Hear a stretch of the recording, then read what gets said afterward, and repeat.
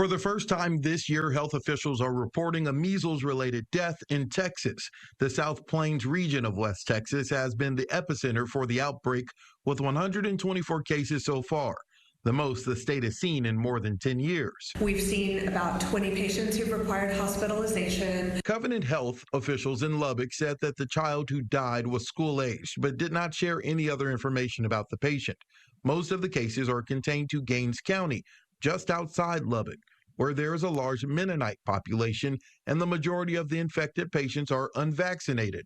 Chief Medical Officer Dr. Laura Johnson said that the disease cannot spread in areas where a majority of people are vaccinated. The best way to contain a measles outbreak is through vaccination. Having 2 doses of measles vaccine confers 97% lifetime immunity. A lot of people are worried about what's your risk in the community. Your risk is extremely low. The risk with measles is really for those who are not immune, who have not been vaccinated. Measles can survive airborne for up to 2 hours, and it's highly contagious.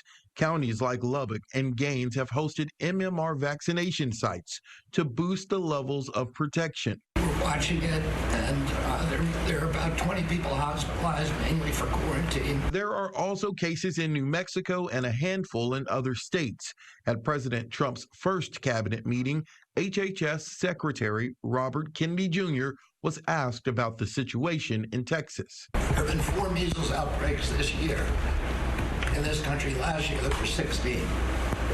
So it's not unusual. In Central Texas, officials are monitoring possible exposure from an adult who visited Texas State University and UT San Antonio. Health officials said he did not test positive until he returned back to Gaines County. Symptoms begin with a fever, cough, and watery eyes.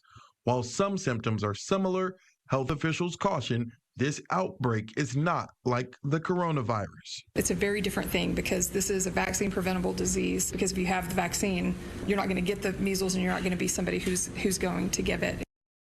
That was Fox's Stephen Dial reporting. You heard HHS Secretary RFK Jr. saying that those hospitalized in Texas were mainly being quarantined, but Lubbock health officials responded to that, saying those who are hospitalized are not in quarantine. They are receiving medical care.